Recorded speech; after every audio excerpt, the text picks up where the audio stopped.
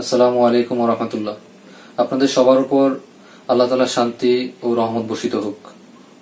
আজকে আমি আপনাদের সামনে এমন একটি আমলের কথা বলবো যে আমলটি করলে আল্লাহ তাআলার ইচ্ছায় আমরা অতি সহজে জান্নাতবাসী হতে পারি।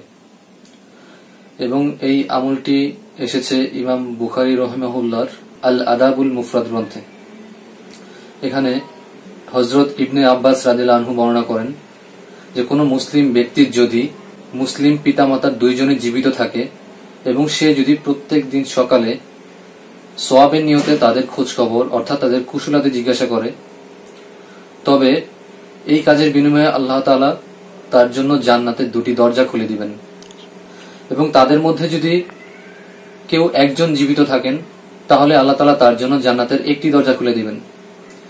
এবং তাদের মধ্যে কেউ যদি সেই মুসলিম ব্যক্তির উপর অসন্তুষ্ট হয়, তবে যতক্ষণ না পর্যন্ত সে তার পিতামাতাকে সন্তুষ্ট করছে ততক্ষণ পর্যন্ত আল্লাহ তাআলা তার উপর সন্তুষ্ট হবেন না।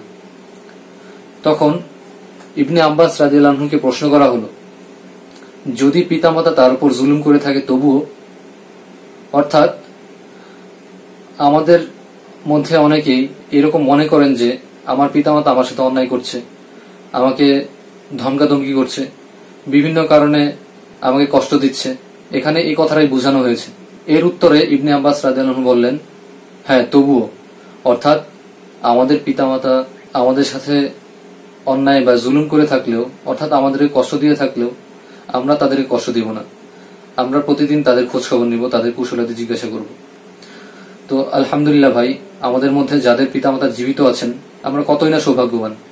তো আমরা যদি প্রতিদিন এই আমলটি করতে পারি তাহলে আল্লাহ চান তো এই আমলের বিনিময়ে আল্লাহ তাআলা আমাদের নাজাতের উসিলা করতে পারেন। তো ভাই, আল্লাহ তাআলা আমাদের সবাইকে এই আমল করার তৌফিক দান করুন। এই জন্য আমরা সবাই এই আমল করার জন্য আল্লাহ তাআলার কাছে তৌফিক চাই। আল্লাহ তাআলা আমাদের সবাইকে তৌফিক দান করুন। আসসালামু আলাইকুম ওয়া রাহমাতুল্লাহি ওয়া বারাকাতুহু।